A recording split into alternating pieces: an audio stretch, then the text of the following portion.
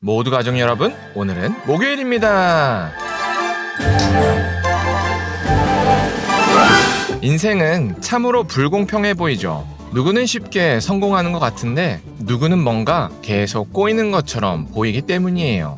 그렇다면 공의로운 하나님께서 왜 이렇게 하실까요? 그 답이 바로 오늘 본문에 있어요. 그래서 오늘 묵상을 잘 들어보시면 우리가 성공하는 사람을 부러워할 필요가 없는 이유를 아실 수 있을 거예요. 그러면 오늘도 묵상에 잘 참여해 주시고요. 꼭 댓글로 무엇을 느꼈는지를 나눠주세요. 그리고 이 묵상을 나눴으면 하는 사람에게 공유해 주시고요. 오늘도 좋아요와 구독 잊지 말아주세요. 아셨죠? 그러면 오늘 본문인 에스더 2장 듣고 올게요. 제2장. 그 후에 아하수에로 왕의 노가 그침에 와스디와 그가 행한 일과 그에 대하여 내린 조서를 생각하거늘 왕의 측근 신하들이 아뢰되, 왕은 왕을 위하여 아리따운 처녀들을 구하게 하시되 전국 각 지방의 관리를 명령하여 아리따운 처녀를 다 도성 수산으로 모아 후궁으로 들여 궁녀를 주관하는 내시 해계의 손에 맡겨 그 몸을 정결하게 하는 물품을 주게 하시고 왕의 눈에 아름다운 처녀를 와스디 대신 왕으로 삼으소서. 왕이 그 말을 좋게 여겨 그대로 행하니라. 도성 수산에 한 유다인이 있으니 이름은 모르드게라. 그는 베냐민 자손이니 기스의 증손이요 시므이의 손자요 야일의 아들이라.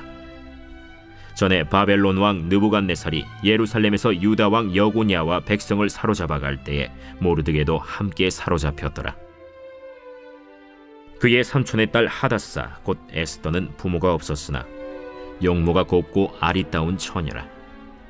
그의 부모가 죽은 후에 모르드게가 자기 딸같이 양육하더라. 왕의 조서와 명령이 반포되매 처녀들이 도성 수산에 많이 모여 해계의 수하에 나아갈 때 에스더도 왕궁으로 이끌려가서 궁녀를 주관하는 해계의 수하에 속하니 해계가 이 처녀를 좋게 보고 은혜를 베풀어 몸을 정결하게 할 물품과 일용품을 곧 주며 또 왕궁에서 의뢰주는 7 궁녀를 주고 에스더와 그 궁녀들을 후궁 아름다운 처소로 옮기더라. 에스더가 자기의 민족과 종족을 말하지 아니하니 이는 모르드게가 명령하여 말하지 말라 하였습니다. 모르드게가 날마다 후궁 뜰 앞으로 왕래하며 에스더의 안부와 어떻게 될지를 알고자 하였더라. 처녀마다 차례대로 아하수에로 왕에게 나아가기 전에 여자에 대하여 정한 규례대로 12달 동안을 행하되 6달은 몰약 기름을 쓰고 6달은 향품과 여자에게 쓰는 다른 물품을 써서 몸을 정결하게 하는 기한을 마치며 처녀가 왕에게 나아갈 때에는 그가 구하는 것을 다 주어 후궁에서 왕궁으로 가지고 가게 하고 저녁이면 갔다가 아침에는 둘째 후궁으로 돌아와서 비빈을 주관하는 내시 사스가스의 수하에 속하고 왕이 그를 기뻐하여 그의 이름을 부르지 아니하면 다시 왕에게 나아가지 못하더라. 모르드게의 삼촌 아비하일의 딸 곧 모르드게가 자기의 딸같이 양육하는 에스더가 차례대로 왕에게 나아갈 때 궁녀를 주관하는 내시 해계가 정한 것 외에는 다른 것을 구하지 아니하였으나 모든 보는 자에게 사랑을 받더라. 아하수에로 왕의 제7년 10월 곧 데벳월에 에스더가 왕궁에 인도되어 들어가서 왕 앞에 나가니 왕이 모든 여자보다 에스더를 더 사랑하므로 그가 모든 처녀보다 왕 앞에 더 은총을 얻은지라. 왕이 그의 머리에 관을 씌우고 와스디를 대신하여 왕후로 삼은 후에 왕이 크게 잔치를 베푸니 이는 에스더를 위한 잔치라. 모든 지방관과 신하들을 위하여 잔치를 베풀고 또 각 지방의 세금을 면제하고 왕의 이름으로 큰 상을 주니라. 처녀들을 다시 모을 때에는 모르드게가 대궐문에 앉았더라. 에스더는 모르드게가 명령한 대로 그 종족과 민족을 말하지 아니하니 그가 모르드게의 명령을 양육받을 때와 같이 따릅니더라. 모르드게가 대궐문에 앉았을 때 문을 지키던 왕의 내시 빅단과 데레스 2 사람이 원한을 품고 아하수에로 왕을 암살하려는 음모를 꾸미는 것을 모르드게가 알고 왕후 에스더에게 알리니 에스더가 모르드게의 이름으로 왕에게 아뢰니라. 조사하여 실증을 얻었으므로 2 사람을 나무에 달고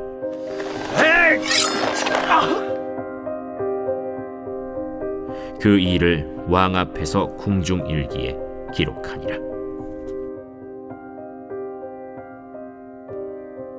왕후 와스디를 폐위시킨 아하수에로 왕은 각 지방에서 아름다운 처녀들을 수산궁으로 불러 모았습니다. 그 과정에서 용모가 아름다운 에스더도 수산궁까지 오게 됐습니다. 에스더는 바벨론 때 포로로 끌려온 모르드게의 사촌이었습니다. 모르드게는 에스더의 사촌이지만 나이 차이가 많이 났습니다. 그래서 에스더를 양딸처럼 키웠습니다. 그래서 모르드게는 왕궁으로 간 에스더에게 에스더가 유대인이라는 사실을 밝히지 말라고 말했습니다. 그리고 모르드게는 매일 후궁뜰로 가서 에스더의 안부를 물었습니다. 그러다 에스더가 왕에게 나갈 차례가 됐습니다. 그런데 왕이 에스더의 머리에 관을 씌우며 왕후로 삼았습니다. 그래서 왕은 큰 잔치를 베풀고 모든 지방의 세금을 면제하면서 자신의 기쁨을 열렬히 표현했습니다. 이처럼 오늘 본문에는 에스더를 왕후로 만들기 위한 모르드게의 고군분투가 나옵니다. 이 모습을 보면 마치 신인 가수를 성공시켜서 큰 돈을 벌려고 하는 소속사 대표가 떠오릅니다. 그만큼 모르드게는 에스더를 왕후로 만들기 위해서 최선을 다했습니다. 사실 이런 모습은 하나님을 위한 모습은 아닙니다. 그저 바사 제국의 최하층민으로서 어떻게 하면 조금이라도 성공한 삶을 살까 하는 발버둥입니다. 그러나 하나님께서는 이런 모르드게와 에스더의 욕심마저 결국 하나님의 백성을 구원하기 위한 장치로 사용하셨습니다. 그래서 하나님께서는 에스더를 왕후로 만들고 이야기를 끝내지 않으셨습니다. 오히려 이후 내용을 보면 에스더를 민족을 구원하기 위한 헌신의 자리로 부르셨습니다. 이게 바로 신자의 인생을 사용하시는 하나님의 방식입니다. 그래서 하나님은 때로는 신자가 하나님의 뜻과 상관없이 자신의 욕심대로 사는 것을 허용하시기도 하십니다. 왜냐하면 그렇게 욕심대로 열심히 달려간 자리에서 그 사람을 사용하시기 위해서입니다. 그러다 보니 우리가 교회에서 서로 비교하면서 낙심하지 말아야 합니다. 그래서 신앙생활을 열심히 한 자녀보다 오히려 주일을 빠지고 학원을 갔던 자녀들이 더 좋은 대학교를 가는 모습을 종종 봅니다. 그러면 가끔 주일에 학원을 보내면서까지 공부를 시켰어야 했나라는 후회를 하기도 합니다. 그러나 우리는 그런 모습에 흔들려서는 안 됩니다. 왜냐하면 하나님께서 그렇게 욕심으로 살아가는 사람들을 놔두시는 이유는 그들이 욕심으로 살아가서 도달해야 할 자리가 있기 때문입니다. 그리고 하나님께서 그렇게 욕심으로 살아간 사람들에게 일정한 자리에 올라갔을 때 에스더와 같은 순종을 요청하십니다. 그러나 대부분의 사람들이 자신이 성취한 자리를 잃어버리는 것을 두려워하여 하나님께서 부르시는 소명을 거부합니다. 그러면 겉으로 보기에는 많은 것을 누리는 것처럼 보이지만 결국 하나님의 소명을 저버린 사람은 먹어도 허기지고 마셔도 목마른 삶을 살아가게 됩니다.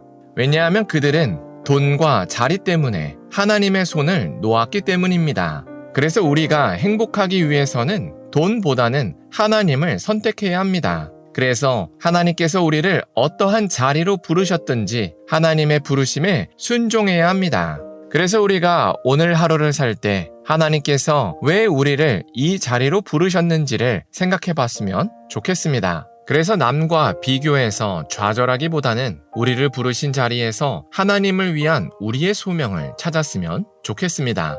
기도하겠습니다. 사랑의 하나님, 하나님의 뜻을 따라서 에스더가 왕후가 된 것을 나눴습니다. 이처럼 하나님은 모든 사람을 각자 독특한 자리로 부르신다고 고백합니다. 그래서 오늘은 하나님께서 왜 우리를 이 자리로 부르셨는지를 생각해 볼 수 있게 하여 주시옵소서. 그래서 우리가 하나님께서 부르신 이 자리에서 하나님을 위한 우리의 소명을 찾을 수 있게 하여 주시옵소서. 예수님의 이름으로 기도합니다. 아멘.